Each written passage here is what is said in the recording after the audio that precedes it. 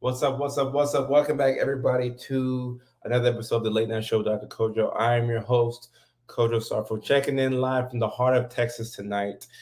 We have a very exciting episode planned for you today.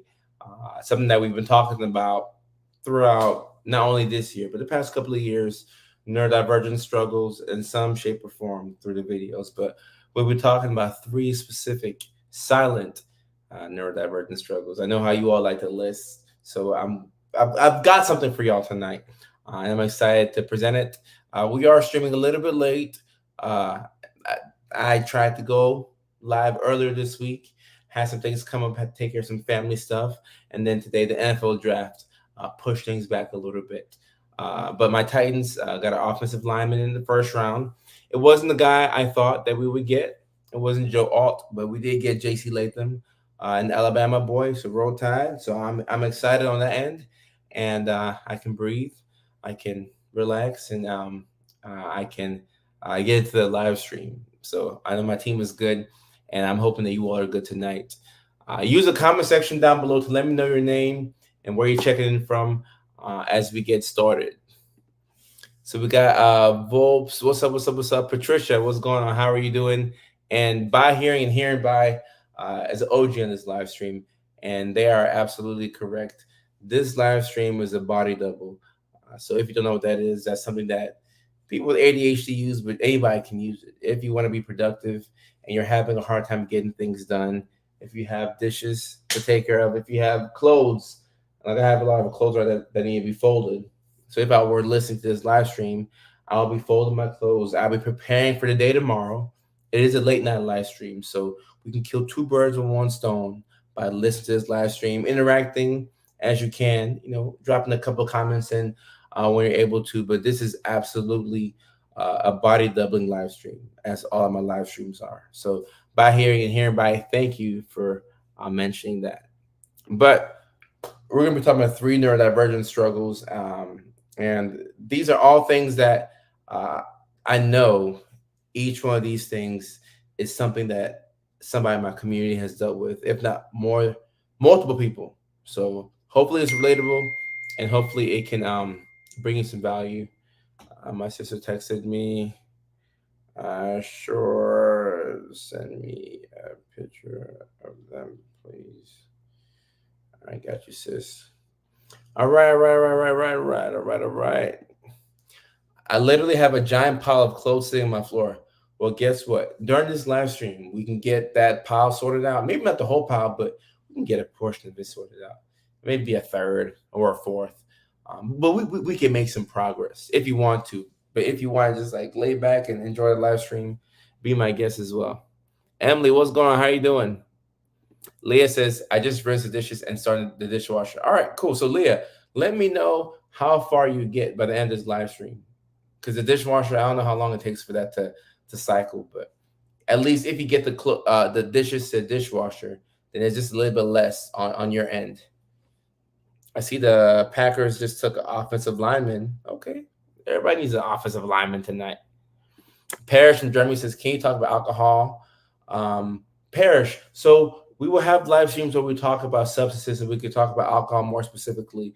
I want to stay organized because I have a tendency to go all over the place. So I'm going to do my best to keep things within topic tonight. Savage Clark, how are you doing tonight? Leah says 147 minutes for the dishwasher to do its thing. What was that? It's 2.5 hours. I don't think a dishwasher takes 147 minutes to do its thing. I mean, I don't do dishes like that. I wash my dishes by hand. I'm not a dishwasher guy. It could be because I like to make things complicated for myself, but I wash my dishes by hand. And also dishwashers are kind of confusing for me. So, all right. The number one, and these are in no particular order, by the way. These are just three silent neurodivergent struggles. And when I say silent, I'm talking about things that you struggle with, that people that don't know you like that probably don't realize that you're going through these things. Now, if the ADHD paralysis is the first one here. If you have ADHD and you're married, there's a good chance your spouse is able to, see how damaging the ADHD process can be. Your kids, your coworkers, people close to you may pick up on it, but sometimes it's something that you might struggle with silently. Silently. And Carly's the same. All right, so let's talk about number one, ADHD paralysis. This one right here, like I said, these are not in any particular order, but this one could be one of the most damaging ones. For me, this is something that I struggle with, and it's tough because you will have a day where you plan to do all these amazing things. You're like, oh, I want to do this and that and this and that and this and that. Or sometimes you just have like two things to do, like a doctor's appointment and put some gas in the car. And maybe you miss your appointment, you had no energy to get out the house and do anything, and then it's like the time that it is right now, like 10, 11, midnight, 9, wherever you're at, and you're like, damn, like I didn't do a single thing today. And then sometimes the paralysis goes into the next day. Even that is just like a 1 day thing. Sometimes you might have a whole week where you sit there and you're like, damn, I didn't get anything done today. And what happens is your brain starts to realize that you're unreliable, and you start to talk to yourself in a bad way, and then you start to just kind of spiral from there, and you're paralyzed. And in order to shake this, you have to do something. Doesn't matter what you do, but you have to do something, even a small thing, whether it's making your bed or just something small to get you back on track. But this is something that people don't see, and it can be very frustrating to even just tell somebody, "Hey, like I had a rough day because I wasn't productive." Folks would probably be like, "Oh, well, at least you did something," and you're like, "No, I didn't do it. I didn't do a single thing. I didn't do a single makey fakey thing. I've been on my butt all day." And people don't realize how damaging this is for your self esteem, and how it can also mess up the next day too. So this is something that it's uh it's tough. It's tough. It is tough, and uh, I'm going to read through the comments here. But first, I'm going to talk about what I like to do to overcome ADHD paralysis. So there was a quarterback by the name of Marcus Mariota who still plays. He plays. He's a backup for the Washington Commanders, but he played for the Titans a couple years back, and he had this rule called a 24-hour rule. After every game, whether the Titans won or lost, he gave himself 24 hours to process it. If he had the best day ever, 24 hours. If you had the worst day ever, 24 hours. So likewise, if you have one of those days where ADHD just shuts you down and you don't get anything done, give yourself some time to grieve it. Because if you try and move past it too fast, then you might not be present, and you might not be acknowledging how you feel. Give yourself some time to really take in how bad the situation is. This is another form of radical acceptance, which is a part of dialectical behavioral therapy, which we use to manage our moods. And I'm not saying that Marcus Mariota, the quarterback, you know, goes to DBT. I don't know anything about that. But when you can radically accept how bad or how damaging a particular day was, then instead of you feeling bad about yourself, you can just say, you know what? I really did have one of the worst days of all time. I really didn't get anything done. I really didn't turn this homework in time. I didn't pay this bill on time. Now I have to pay a late fee. Yes, these things are all true. And then you can absolve yourself of some of that guilt and blame, and then move on to the next day. We don't want to carry that frustration into day 2, into day 3, because it can turn into a week really quickly, and a week can turn to 2 weeks. And if you know what I'm talking about, you know what I'm talking about. And I'm laughing because I know what I'm talking about. I really I've been there. I I have been there. Gazelle says, any tips to get past between being stuck in between activities? So Gazelle, you have to understand that if you have ADHD, autism as well, but definitely ADHD, the time it takes for you to transition from one task to the next is much longer than a neurotypical person. So sometimes just putting a timer, maybe allowing your brain to rest for a little bit. Oh, we gotta do the dishes. After that, we have to go to the garage, and then we have to go get some gas in the car. Okay, give yourself a little 30-minute gap in between each thing. Put on a timer, and when the timer goes off, don't negotiate with yourself. And you may have to plan for these things because your brain just doesn't work in a way where you go from boom boom boom. That's just not how our brains work. Uh, I missed my psychiatrist appointment yesterday because I just couldn't get moving enough to even log in a video visit. I just felt stuck. And Jen, it's important to you cannot make yourself feel bad for this. And that's why I'm saying the ADHD process can be very damaging. And it's such a silent thing. There have been times when I have missed my guitar practice literally because I couldn't get out of the house. And I don't know why. It wasn't like I was depressed. I was just kind of stuck in the bed. And then I'll get the guitar, and then my guitar teacher will say, Kojo, you could be a great guitar player if you would just practice the guitar. If you would just come to guitar practice on time. And I have the best guitar teacher in LA, but if I can't get out of the house on time, like sometimes I miss the whole appointment because I just could not get out of the house. And then I have to take my own advice and make sure to not beat myself up. So that way that frustration doesn't go into the next day. So this is something that it's tough. A man says making phone calls are gonna take a long time.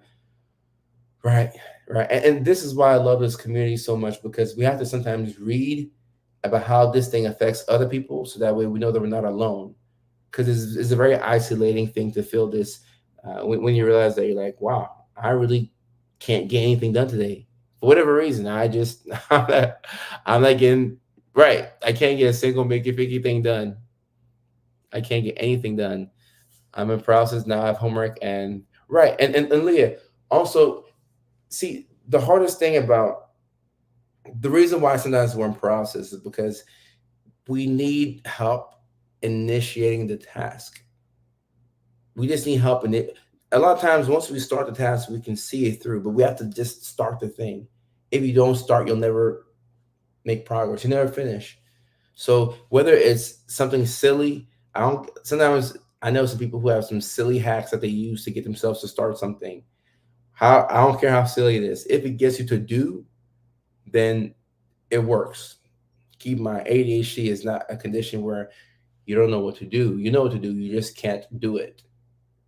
It's an executive dysfunction thing. You just cannot do it, and you can't explain it to people.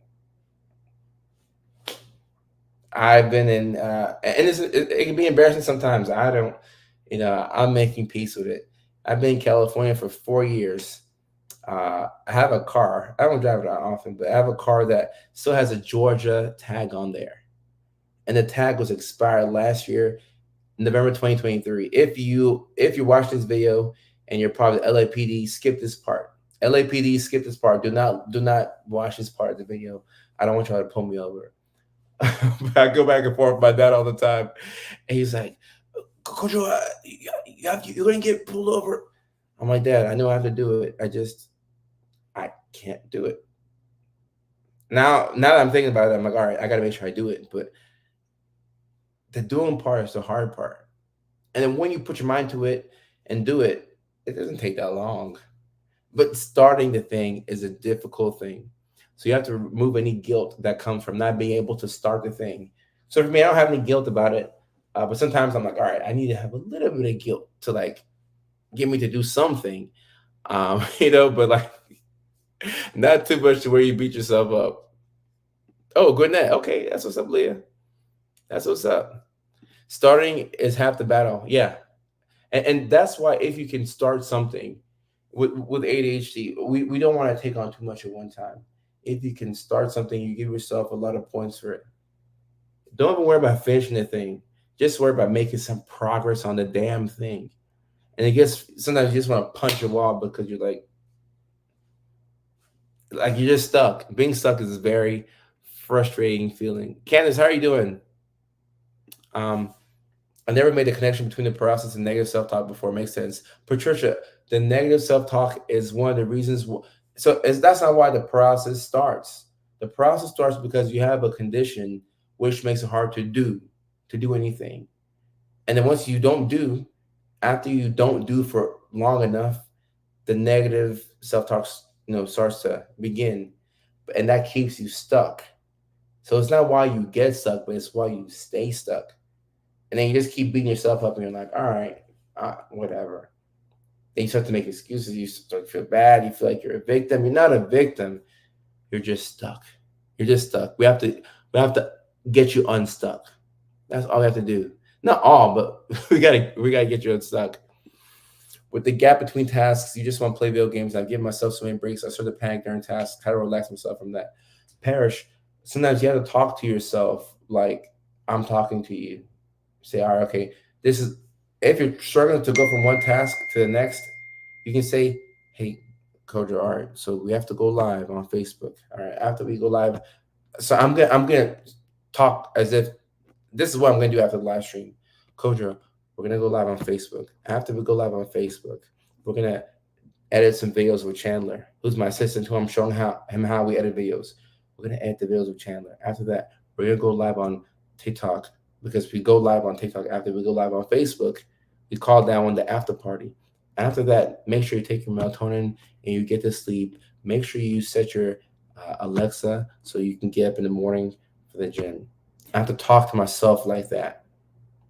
Talk to myself like that, and then go through from one thing to the next. Timers can be helpful too, but one thing to the next, and you have to get creative with it. You might put on timers. This is something I've thought about.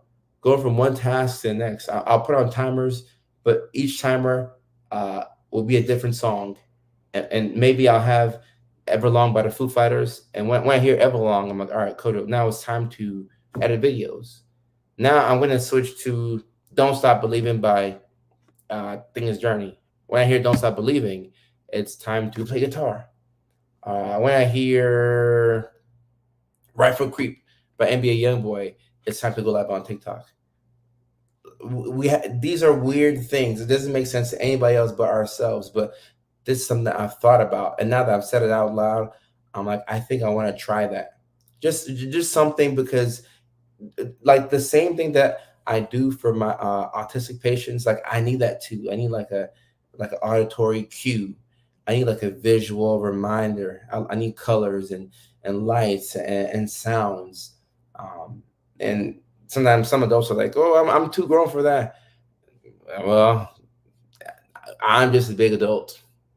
That's what we need. Timers are key. Music. So see, I didn't know people were already doing this. This is cool. When that song plays, it's time for a different task. So I'm gonna actually do this. I'm gonna do this, especially on days where my schedule's tight and I have to go from one thing to the next. I'm gonna put on a song that will let me know. I'm like, oh snap! Is it really time for uh like Everlong by Foo Fighters? Okay, or Learn to Fly by Foo Fighters. You guys switch it up. You can't keep it the same all the time. I'm like, oh, I hear Learn to Fly. Oh, wow, Learn to Fly is playing. Oh, I should have done the laundry by now. Oh, like you have to talk to yourself like that. Yeah, you're never too grown for creativity. I'm too grown to. Nah, Melanie, nah. We're never too grown. We're never too grown. So sometimes you gotta give yourself a hug. Yeah, because sometimes it's like that. You gotta give yourself a hug. And this the same way that you're nice to kids, you gotta be that way to yourself. Uh, Latia, I hope this stuff works. I hope this stuff works. Started a new in-person job to try and spark something new, but man, am I exhausted. So only so I can feel you on this.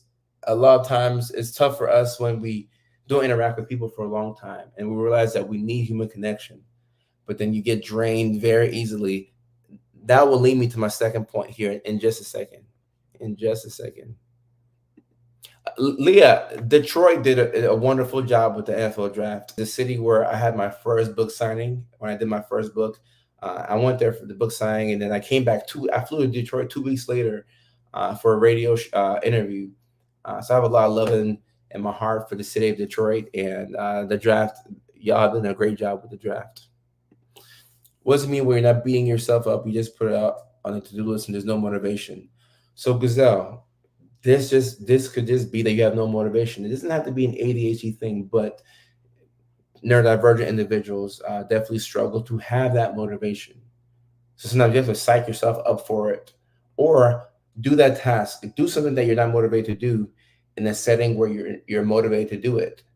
So by being in California, I'm not in California currently, but when I'm home in California, I know that it's sunny a lot. So if I want to do a certain thing, go in the backyard where there's some sun and then do a certain task. Some days that doesn't work though. it worked at first, and then I got used to it, and now I'm like, all right, I just the motivation is gone. So sometimes we have to switch what we do. We have to just keep switching it. We have to keep switching it. Um, uh, yeah, no, Detroit has done well. Social anxiety. Social anxiety. I have a quick tip for that. Um, Compliment people. Nobody ever turns down a compliment. I had depression since I was 12. I'm now 26. So Lynette, I'll say this about whenever you have depression for 14 years like this, that's not it's not just depression. That's what I'm trying to say. It's not theoretically normal to be depressed for a decade plus. A lot of times it's something else that's causing the depression. A lot of people with ADHD, a lot of neurodivergent individuals can relate to that. A lot of autistic individuals can relate to that too. But to be depressed for that many years on end is not it's not typical. And I don't like using the word normal because I don't know what normal is, but it just means that a lot of times it's not just depression. It's probably something that's causing it, uh, and it's something that's probably manifesting in depression. But keep in mind, like major depressive disorder, that's like MDD is like a low mood, a lack of motivation, and ability to do things that you used to enjoy doing. Uh, hopelessness, helplessness, apathy, all over the better part of 2 weeks. 2 weeks, not 12 years. So I say all that to say that there's a good chance that something could be causing that. I'm not saying that you haven't been depressed for 14 years. You probably have been, but there's probably something underneath that depression which is causing it. And once you can fix that Mickey Ficky thing, then it could lead to a whole different life, a whole different life. Which is why I say, um, you know, a lot of people. What's holding a lot of people back in this country, and probably the world, is a psychiatric evaluation. I strongly believe because sometimes you feel stuck in life. You're like, I don't know how to get to that next level. And also, getting a psych eval is also very difficult, which is another conversation for another day. I'm still trying to figure out that problem. I will figure it out. I'll figure it out one day, some way, somehow, some way, somehow. I've had depression since around the same age, and I'm almost 27 now. Yeah, Deja, when I read this, I believe that something is going on. I believe something is going on. I've had depression since I was 14. I'm 23 now. I got diagnosed with bipolar at 22. So see that makes sense. That's normally what I see. And with bipolar disorder, people have to wait sometimes a decade for a proper diagnosis. You know, and because you have the depression that's there sometimes, but then the mania kind of like it keeps you like the mania makes life worth living sometimes, and then you just kind of like have these ebb and flows, and then sometimes you get into a depressive funk, and you're like, damn, like I'm depressed. I've been depressed for a long time, but then the mania, like you just didn't account for that, didn't account for that, and so Candace, to answer your question, how do you know when you should seek a psych eval? When you ask yourself whether you would benefit, like if you're sitting there and you're like, can I benefit from a psych eval? Then that means you should get one. And look, we just got out of a 4 year long pandemic. Uh, that's if we're out of it. And as soon as we got out of this 4 year pandemic, we entered into this big financial depression, recession. So we've been through a lot in the past 5 years. I think every single person could use a psych eval. So it's not something to make you be like, oh, you're crazy or no, like we don't use that word here. And who's crazy, who's normal? I don't know the difference. Like who's crazy, who's normal? I don't know. Angel saying I'm gonna say about depression, anxiety, including PTSD and bipolar 2 disorder. I suffer by this. Right. A lot of times it's not just like depression by itself. It's attached to something. It's attached to something else. It's attached to something else. All right. Okay. Now Everybody wants to text me when I'm on the live stream. All right, make sure this iPad don't die. Oh, the Kansas City Chiefs took Xavier Worthy. Wow, wow. I knew that. I knew they'd go with wide receiver. Woo, woo. The Chiefs are going to be hell this year. All right. The second neurodivergent silent struggle is autistic burnout. And this is, of course, you got burnout with ADHD. You got burnout in general. But the reason why I'm saying autistic burnout is because, as we know, or maybe we don't know, autism is a condition where the way you communicate is different from how the world communicates with you. So it's already hard for you to speak up for yourself, right? On top of that, it can be draining to have to go out because with autism, you're talking, you have your own language.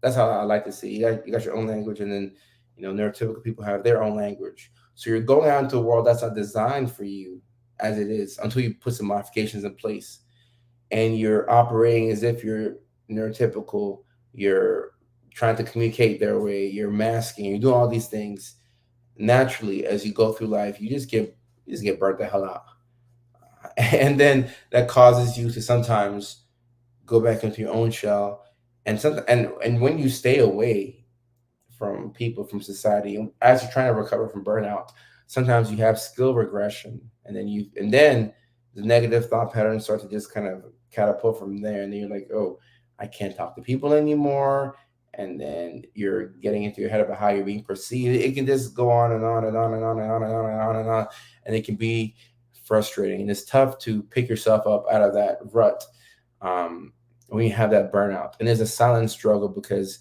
people can't see it. I think it takes somebody who really knows you to kind of know that you're going through this, and you can speak up for yourself. But if you don't have people in your area who are going through the same thing, then you feel like you're the only person that's going through this, and that's why this is my second neurodivergent silent struggle. And with these silent struggles, not to say that a struggle has to be like overtly visible, but it's hard for people to be empathetic when they don't know that you're struggling. If that makes sense, it's like, oh, like you never spoke up. Well, yeah, because I was burnt out and I was at the house, you know. So that's why this can be something that it needs some. You got to pay some um, attention to this. And Jody, yeah, that's why it's good to have a community, and also in the comment section, y'all should be, if you want to, and reaching out and making friends, because when you're the only person in your head that's going through this, then that's the worst. Nobody wants to feel like they're the only Mickey Thicky going through a certain situation. Nobody wants to feel that. And not to say that misery loves company, but you want to know that your experience is a normal experience to at least somebody else. So it's important to once again not judge yourself, but then keep in mind your brain doesn't know about all this stuff. Your brain just knows what it sees. So if your brain sees that you're home, you're not talking to people, you're just exhausted, then your brain just tells yourself that, okay, wow, we're just tired, and we're just tired. And then your brain's gonna want to protect you, and a lot of times that's through isolation. And isolation is the last one, but we'll get to isolation um, in just a second. Day B, nice to meet you. A village, a community, or network is good. It's mandatory, and also a village and a network of people who communicate the way you communicate is helpful, because if you're autistic, and maybe if you're the only autistic person in your circle, you you're gonna feel this heaviness that's on you. And the best way I can describe it is, how you have there's certain people that when you have a conversation with those people, you walk away from that conversation with this big heavy feeling on you, like, oh, like you just placed all this emotional weight on me. Like some people may feel like they're a lot to deal with for whatever reason. I'm not sure why, and sometimes we can be that way to other people too. But if you're autistic and you're the only person that communicates like that in your circle, everybody who's around you, it may feel like they're putting this big weight on you when you're talking to them, because you have to talk to them using their language. You're using their intonation, their cadences, things that you picked up from just watching people. And it's not really who you are, but you've picked up these things over time. So you know how to kind of fit in and do what you have to do, but you know it comes at a great price. And at some point, you know that you're gonna have to revert back to how you are, but you just don't know when. And anytime you're burnt out, whether it's autistic burnout, whether it's burnout from work or life, burnout really means that you have to find a new way to live. Because you can take a small break, but guess what? You're going to be tired again. Burnout, any type of burnout means we have to find a new way to live. That's why when you're burnt out and you take a vacation from work and you come back to work, you're like, oh, okay, this vacation is going to like renew my soul. And you get back to work and you're like, I hate it here. It means you need a new way to live. That's what burnout means. You got to find a brand new way to live. And you got to, it takes time. No one believe me. She sending language disorder. She speaks in skits. Recharge and energize. Yeah, you need a new way to live, a whole new way to live. The social hierarchy is really hard to understand. We have to maneuver it to be successful. My mask makes me feel manipulative. Manipulative. Why am I struggling with that word? Which leads to guilt. And Maddie, once again, you have to make it okay for yourself to climb up the ladder. And something like when you're questioning your every move, it makes it hard to feel good about what you're doing, which kind of leads to you like stopping your progress. So here you gotta make yourself feel a little bit better about what you're doing. If you can remove the guilt, once you're fully guilt free, allows you to progress because nothing is impeding your progress. Definitely, I feel like no one understands me. Not my own parents, just my kids, and they don't talk. And Deja, you can take a lot of comfort in knowing that there's somebody who can understand you. But that's why I think these online forums are helpful. Because if you have somebody who communicates the way that you communicate, let's say Deja, let's say you meet a friend who's like you. Wouldn't it be so good, Deja, for you to reach out to your friend and check in on them on Monday and say, "Hey, just checking on you. Hope you have a great week. Take care. I'll talk to you soon." And they reply back to you on Wednesday, and instead of you being so upset that they took 48 hours to reply to you, you're like, oh, wow, I do the same thing too. Because the average person, when you talk to them, if you take too long to reply, or like if you do things the way you do it, they're gonna be like, this person's weird, but that's just how you are.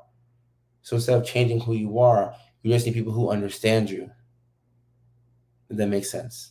I hope it makes sense. Like that's a very important point. I want to make sure that I drive home that point. You just need people who understand you. You don't have to change who you are. The Ravens took Nate Wiggins. Oh, Kwame, no. The Ravens took Nate Wiggins. No. Oh, Kwame, no. The Baltimore Ravens. Dang it. I wanted that guy to go to Tennessee so bad. No. Oh, the good players are going off the board. Oh boy. Let me see. Do you find that Chantel, is this the DSM-5? And look, all right. So Chantel, I'll say this about the DSM-5. Now, I'm not proclaiming myself to be some awesome expert who thinks that I'm wiser than the guys who made the DSM-5. But let me say this: I have learned, like in school, you learn about the DSM-5, all this other stuff. The best thing about school, the best thing about my doctorate degree is it taught me how to research on my own and how to synthesize information. But in school, I didn't like with just my education alone. And look, Augusta University is still a great school, but with just my education alone, I don't think I would be able to understand autism and even ADHD, even though I live with it.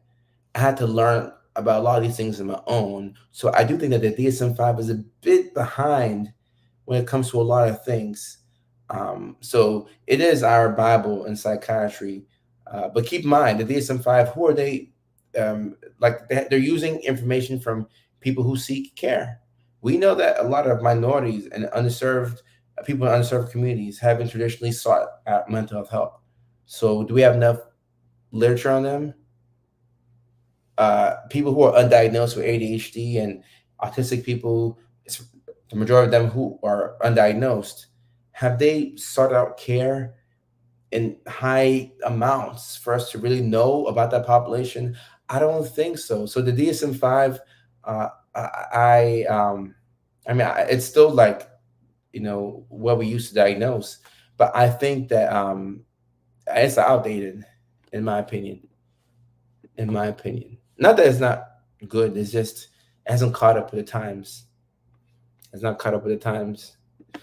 Rachel says it's so difficult. I'm going through a nasty divorce, and every time I try to talk to legal people, I end up feeling like I didn't convey because I feel belittled. And Rachel, this could be where, and once again, I'm not sure what your legal situation is like, but it's helpful to have somebody who can speak up on your behalf. Because especially when they throw legal jargon around, you feel like you don't know what they're talking about. It's very easy for somebody to gaslight you when they're using words and terms that you are not familiar with. So just keep that in mind. Oh, the Niners took Ricky Pearsall. Oh, Brandon Ayuk is out of there. Brandon Ayuk is out of there. Kwame, did you see that the Niners took Ricky Pearsall? Yo, that's crazy. As y'all can see, my ADHD brain is focused on this live stream, and I'm focused on the NFL draft too. Um, and Candace, yeah, I will say once again, thank you to the algorithm. And I still don't know how the algorithm works on Facebook or TikTok or whatever platform, but the fact that people have found me in this community, it's so cool because I truly believe that the people who reach out to me, whether they DM me or whether you find me because of a reel on Facebook or a YouTube short, I feel like y'all were meant to find the content, because when you find a piece of my content and you go through the comment section, you see people who are going through the same exact thing that you're going through. And this is probably maybe the first time in your life that you've ever felt that validation. And when you have gone 18 years, 25 years, 32 years, 44 years, 55 years living a certain way and thinking that you're the only person who goes through that, that can be very isolating. And it's it's traumatic if you think about it. It's traumatic, and unfortunately, there's a lot of suicidal ideation that stems from that type of thing, from that type of loneliness, as we know. And loneliness is my third neurodivergent silent struggle. Loneliness is it's a public health crisis. It's not good for you, not good for your heart, not good for your physical health. And we need people. We forget that sometimes, but we need people. And Davey says YouTube Shorts, how you got here. Okay, okay. And I'm happy that the YouTube Shorts are reaching the people who need it, who need to see it. Because I didn't understand YouTube for a long time, and I still don't understand YouTube all the way. But I'm very grateful for my YouTube community. Leilani, Leilani's on here. Thank you, Leilani, for being on here and checking in to make sure that we have, you know, we had a live stream. Uh, it's all good. I'm painting. Maddie, I love to hear that. Let's go Detroit. So loneliness. Rachel says it makes me isolated, then go into writing mode, but I don't know how to document properly what's taking place. How do you document situations regarding essay of my son? All right, okay, all right. So Rachel, so now if there's some essay going on, I'm not sure how you would document those things, but I would record everything and take it to the authorities as best as you can. Um, and at least if you can't remember all the details, just write down what you can remember. Um, yeah, because that's definitely a serious thing. And the isolation, if you have at least one person in your circle who can help you out, that's helpful, because we're not supposed to be alone. Like, we're not supposed to be alone. We're not supposed to try and do it all by ourselves. It's not human. I don't know when we started to, maybe it's a pandemic, but at some point um we just started to try and do things on our own. A lot of times we were forced to because we had nobody to rely on. But we're not supposed to be doing things um, on our own. And Davey, that is correct. They don't use CPTSD in the DSM-5. That is correct. What if? So you're a Buffalo Bills fan? Who did Buffalo take? Oh, Buffalo traded away their pick. So, you know, but Buffalo needs some receivers. Trust me. What if your loneliness is a place to find solace? So Gazelle, loneliness is one thing. Solitude is another thing. I think there's a difference. There's nothing wrong with being by yourself, but I'm talking about when I put loneliness as a third neurodivergent struggle, I'm talking about loneliness that's prolonged, loneliness that is, and I know just professionally, but I look at my DMs. Some people will go months without seeing other people, weeks and months, potentially even years. And we do need human connection. Like humans need to be touched. Humans need attention. Humans need affection. It's not something that you're like, oh, some people say, oh, my love language is like physical touch. Like I need to be touched. Like we all need to be touched. Um, Pause. But you get the point. We all need to feel like we're needed. So loneliness is a silent killer, actually, and it's something that by being neurodivergent, you have a higher chance of being lonely and being by yourself. And sometimes the only way to mitigate that is to have to modify your life and put different things in place, just to make sure that okay, we are leaving the house a little bit, that we're not, and it gets very scary, even for me, because I make videos. So I can make videos here in Texas. I can make them, I'll be back home this weekend. I can make them in California. I can make them in New York. I can make them in Georgia. I can see patients like without any like human contact, and like for me, I was like, oh yeah, like I like all that stuff. And then I realized I had to take a step back. I'm like, yo, like I can go stretches of time without seeing people in real life. That's not normal. I spent a big part of last year just at the house, just waiting for like, oh, every now and then we have like a premiere in LA or something like that, or like maybe acting class once a week, but I wasn't around people.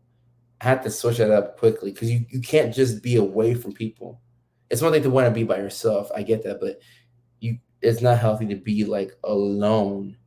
And sometimes like the second struggle, when you're in that autistic burnout, you feel like you have no choice but to be alone because you physically cannot stand any more human interaction.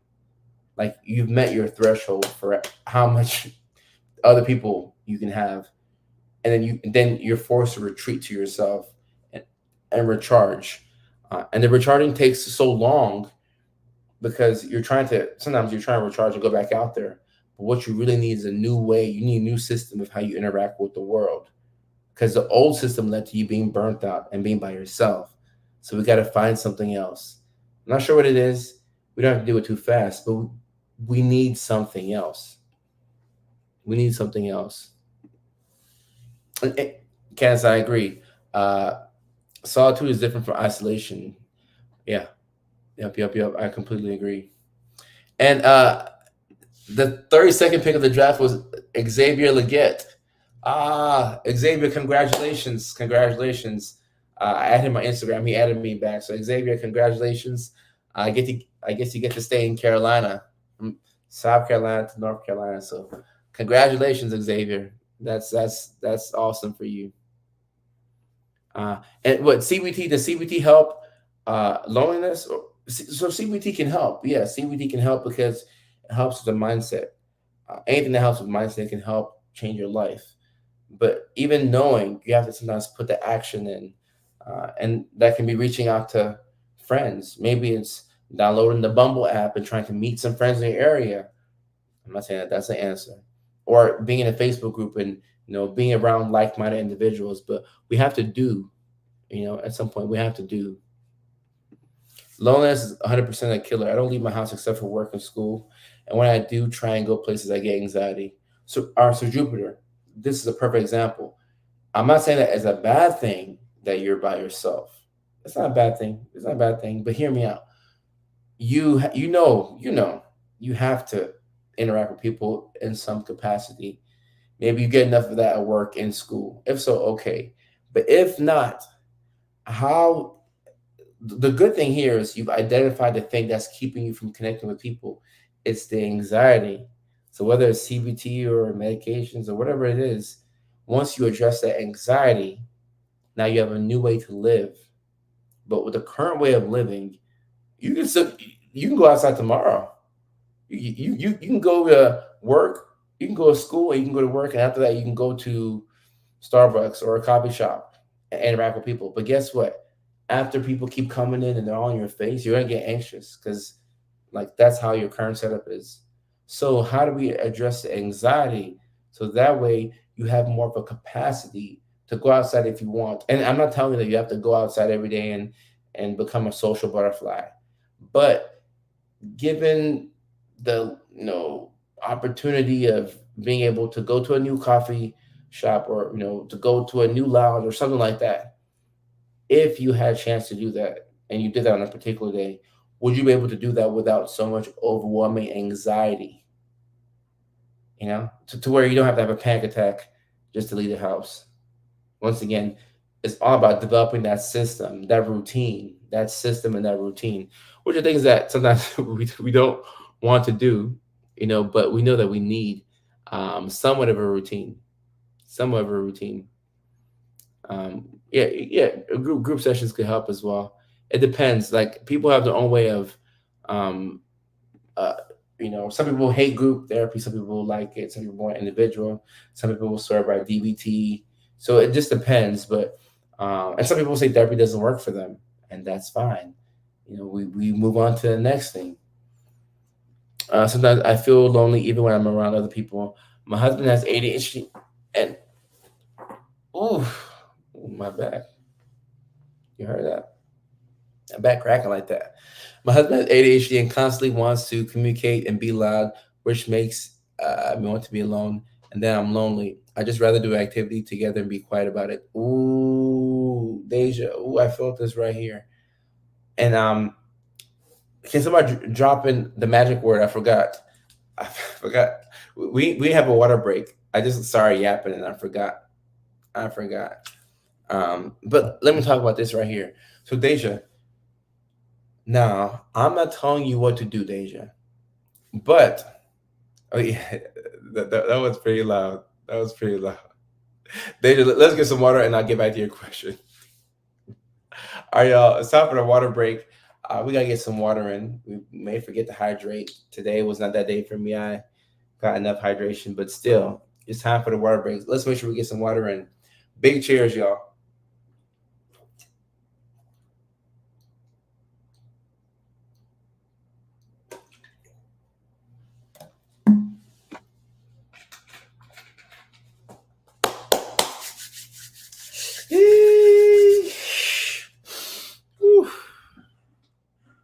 Oh, Leilani, thank you.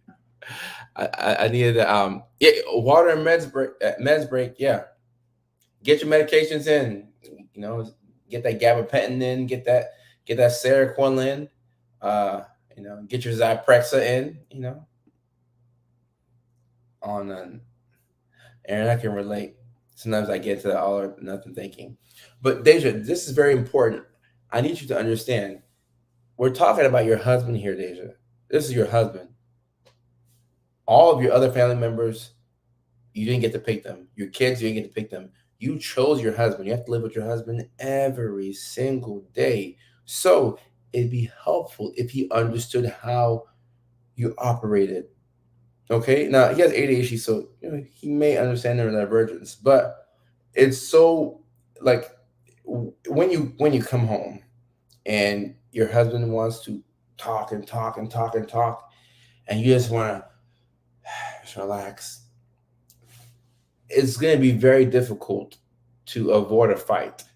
And in this fight, nobody is necessarily wrong. There's not a bad person, there's not a wrong person, but there's two people who don't understand how they communicate. So once your husband understands that, hey, like Deja, Deja loves me. Deja wants to be around me, but Deja just wants to breathe. Deja just wants to be. Once he understands that, then maybe he can pick up on your body language and say, "Oh, this ain't Deja's day. I'm gonna let her be." And then he kind of lays back, and then you're like, oh wow, I've had so much time to recharge. Ah, and then you go, and then you can smother your husband. But this is something that I think is paramount for couples to understand this, or siblings, or you know, close coworkers, because when you know how somebody communicates, then you don't take it as if they're upset at you. You just know that, hey, they just need some space. They just need to breathe for a little bit. They just want you to be in their area and just to be quiet, and that's fine. And I mean, you'd be surprised how many times small things like this, I say small things, but this can be a huge thing. Small things like this lead to big, like I've seen some of this ruin relationships. I'm not wishing that upon your relationship, but I have seen things like this just eat away at a relationship that was otherwise fairly strong. So understanding how your person communicates is huge, which is why I always tell y'all, I say, hey, before people get married, just go get a prenup. Let's throw money out of, get a prenup. But marriages should come with prenups. So now we're not even worried about money. Just throw money to the side. Who cares? We've talked about it. It's number one cause of divorce. We talk about money. But the second thing I believe is every marriage should automatically come with a psychiatric evaluation. Like before you all can consummate your marriage and do the Mickey Ficky, you have to come and see me. You got to come and see me because you need to know what's going on. And I'm joking, but I'm serious, because once you know, oh dang, my wife is autistic. That, oh okay. Oh, my husband has bipolar too, so he has a little bit of anxiety. He gets depressed, and he gets, oh okay. Oh, that's what. Oh, that's why he does that. Ah, so he's not a bad person. This is just how he. Oh, okay, that makes so much sense. But when you don't know this, you're just, not physically, but y'all just like, throwing verbal shots at each other, like scratching each other, not physically, but it's like, ah, you did this to me, you did this to me, because you don't know how the person communicates. You need a psychiatric evaluation before you get married.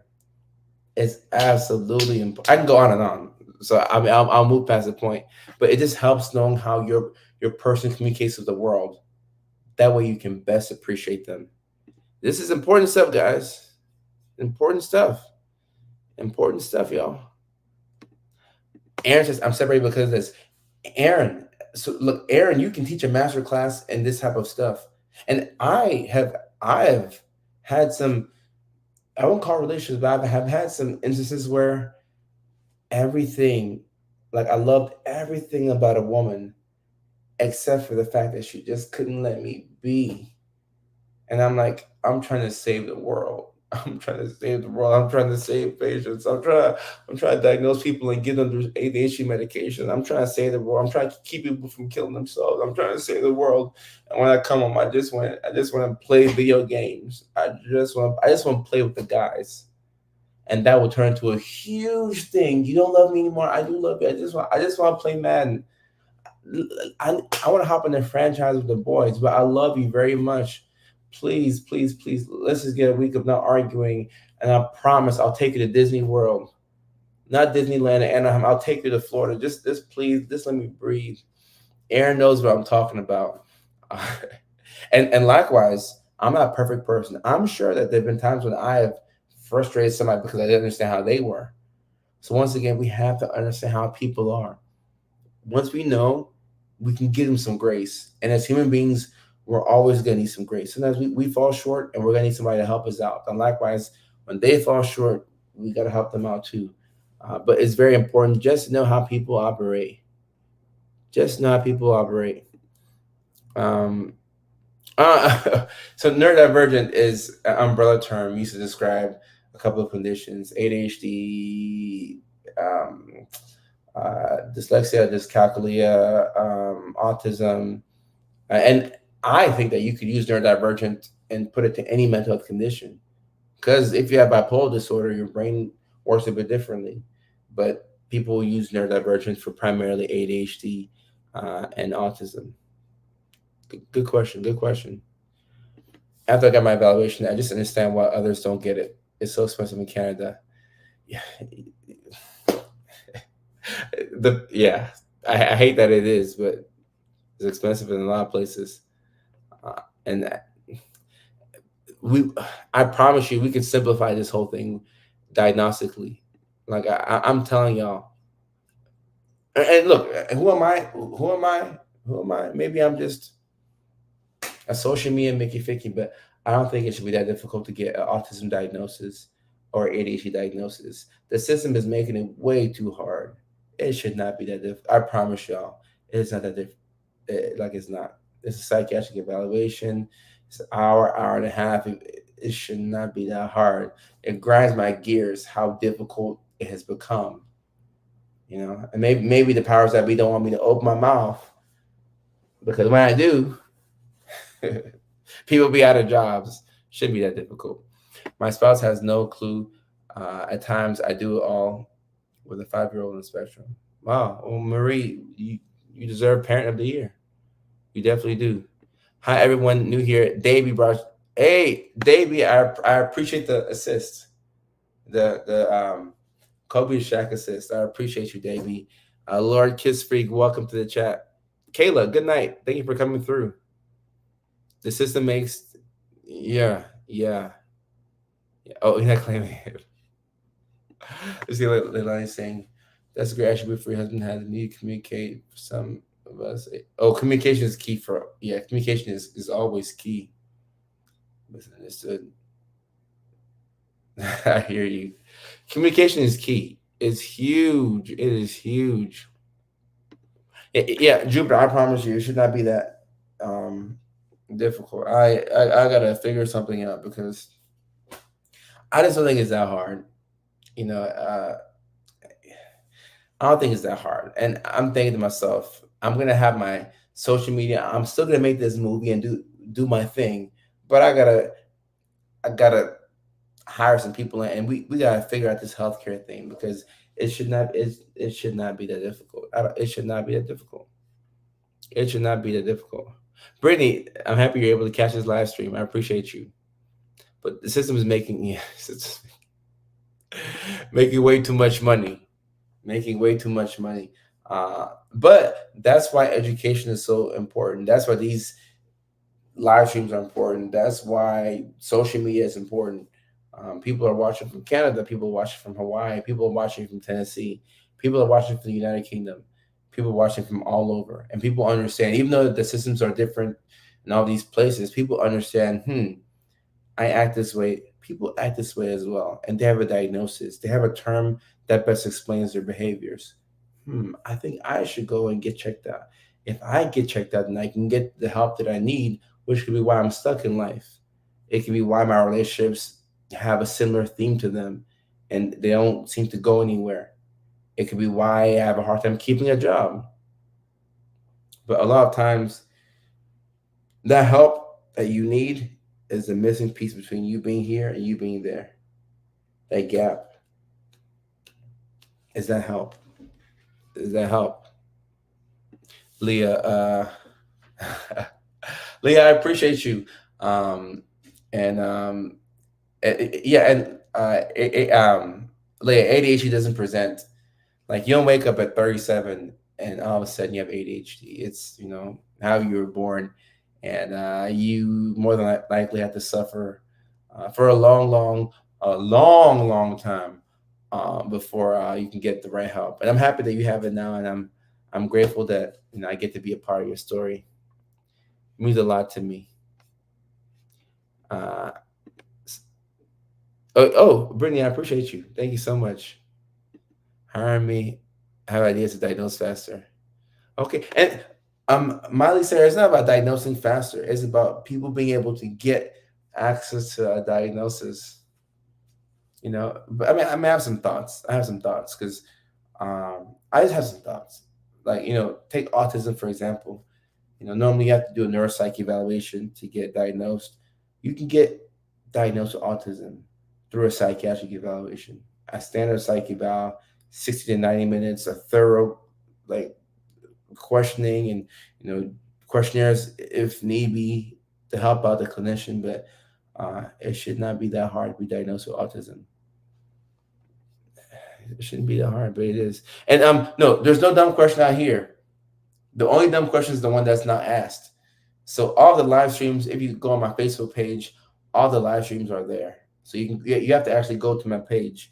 But all the live streams that we've been doing for the past 2 years, they are all there. So if you miss something, or like if you want to catch the first part, like they are all there. It won't be like live, but it is there. You know. Let me see. What you mean by the Power Rangers? Hey, well, I'm happy to meet the other Power Rangers. I'm happy to meet them. Uh, I think it'd be different with a neurotypical partner. And Deja, sometimes I'm not saying that you and your husband or your person won't work out, but sometimes based off of how people are, it can make it difficult for one person to be compatible with another person unless there's a lot of understanding. It can work out, but there has to be a lot of understanding on both ends. A lot of understanding. A lot of understanding. Latia, I'm happy you caught this too, which is why I had to end up going through telehealth at first. Yeah, no, telehealth is. I'm a big believer in telehealth because there's too many people in too many areas who just don't have the help, and like just look at my DMs. It's just people everywhere. Wyoming, UK, Australia. How can you help all these people? You gotta come up with a system. I gotta do some thinking. I gotta do some thinking. It means you're a creative, free thinker, rebellious, and fan of parties. I can be if I got the energy. I can be. I can be. Same intensity. We have them, but no one open. I got yeah. We gotta come to Tennessee too. We gotta come out there. Can ADHD be misdiagnosed as bipolar? It most definitely can. I can't get psychiatrist for over a year. Prescribed Adderall and escitalopram, Lexapro. But Adderall never gets filled on time, so I go weeks with. Oh, sorry for that, Shannon. So constantly stuttering anything, they're running out of meds and falling back into depression over not finishing things. Uh, hmm, Making a huge mess. Not being motivated, cancer questions, candle sounds, and being touched or talked to. Is there a resource online since in person? So Shannon, I am looking into this. I think this will take telehealth. Um, I don't know. I need to talk to my connections at the White House or something. Like I need help, but yeah, if I'm able to um, create something that can help out with this, it'll be. I mean, I feel like I've already like brought a lot of good to the world, but if I can do that, that made me feel really good. And if I'm being honest with y'all, if I'm able to create a system to where people are able to get diagnosed online or something, team up with some providers, at that point, I would feel good enough to retire from healthcare. I really would. I feel like okay, I've done my job here. Now I can go and make all the movies in Hollywood. But there's still some work to be done in health. Like I'm not. I gotta figure some stuff out. Just looking at my DMs, I wish you all could see it. I it's there's a lot of I mean I already know there's a lot of need. So having these live streams is helpful. So out there, this is not a good step in the right direction. It is helpful, but it's important to look into like if I can at least get a system going, educate people on where they should go to. Oh, you're in Kansas City? Oh, boom, check out people in Kansas City, people who have a license in Missouri, and maybe you have a doctor who lives in Texas but they have a Missouri license and they can see you through telehealth and then they can prescribe you medications. So even if I'm not able to get something going, I would love to still be able to answer some questions and help you all out. Um, Shannon, I appreciate that. We gotta get something going. By hearing and hearing by, I appreciate that. Thank you very much. Thank you so much. It means a lot to me. That means a lot to me.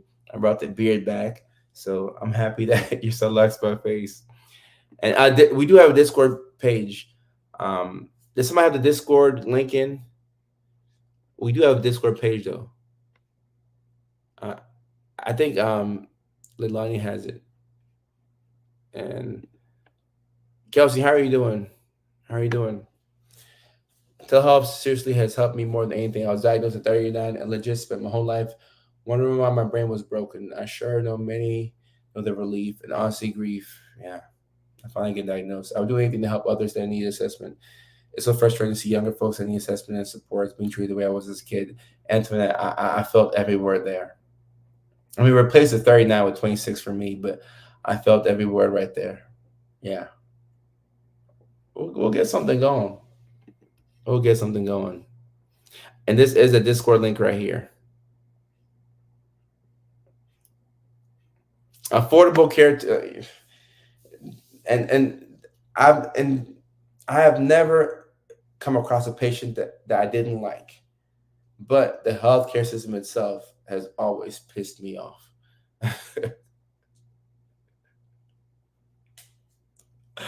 Oh boy. Oh, Mickey Ficky. But there's a Discord link right here. All right, let me answer this. I have access to doctors and counselors, but issues with selective mutations ain't tips for me.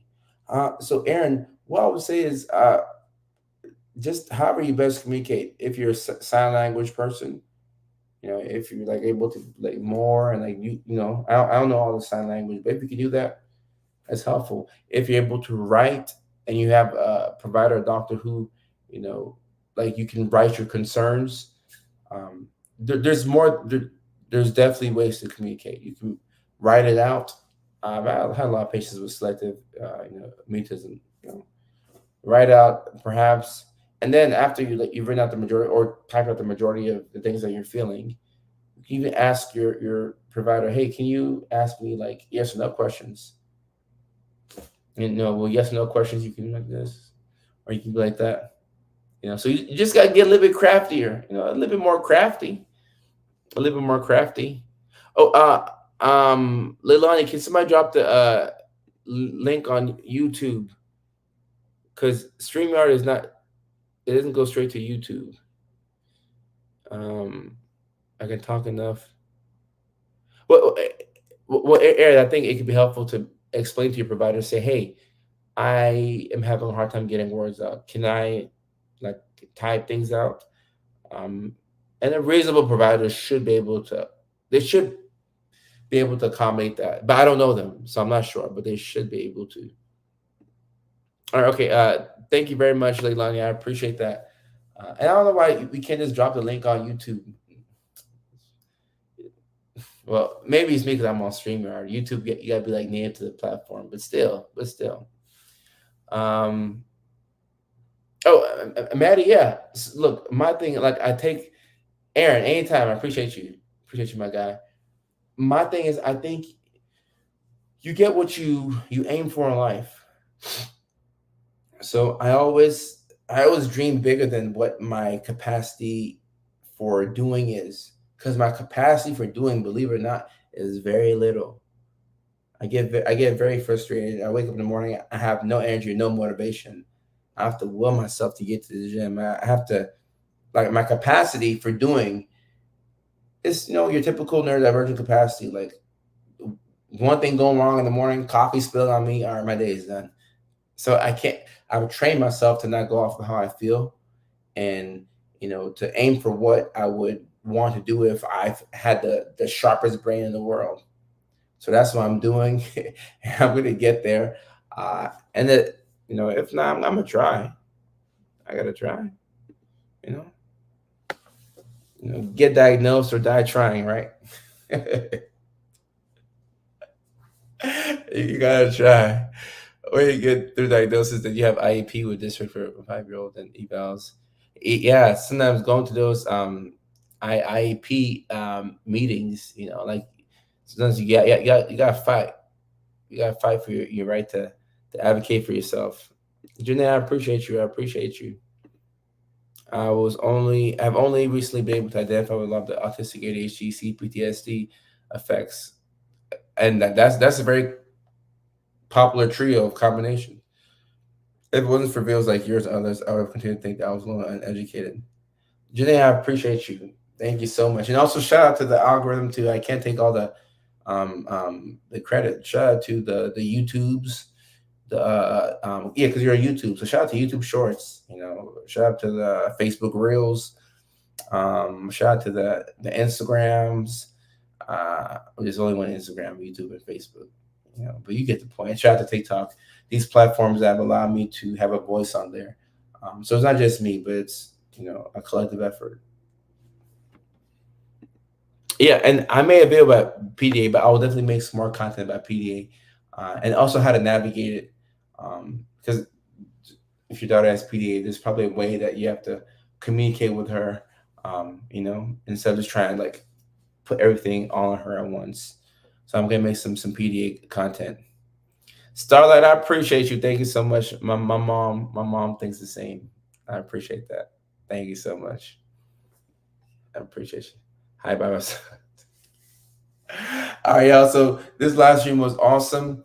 I gotta review a couple of videos real quick with my assistant, and then I'll try and go live on TikTok. No, I will go live. Not try. I'll go live on TikTok for a little bit tonight. We call it the after party, and on TikTok, you can play music and you can be more lively. So we'll be on TikTok in about 20 minutes or so for the after party, and I'm excited to be there. And Maddie, I appreciate you, Maddie. Thank you so much. Yeah, Maddie, it's an honor and privilege to come out here, and y'all are so nice and kind to me. I will be on in Joe's chair one of these days, and yeah, it's always a pleasure seeing you here, Maddie. So I hope you come to every live stream. You're with ADHD. All right, y'all. So that's it for tonight's live stream. In about 20 minutes, we'll be on TikTok for the after party. If you want to come on there. If not, today's what, Thursday, Friday after flyback. All right. If not, Monday next week, we're right back here for the late night show. And until then, peace. Take care. I love y'all.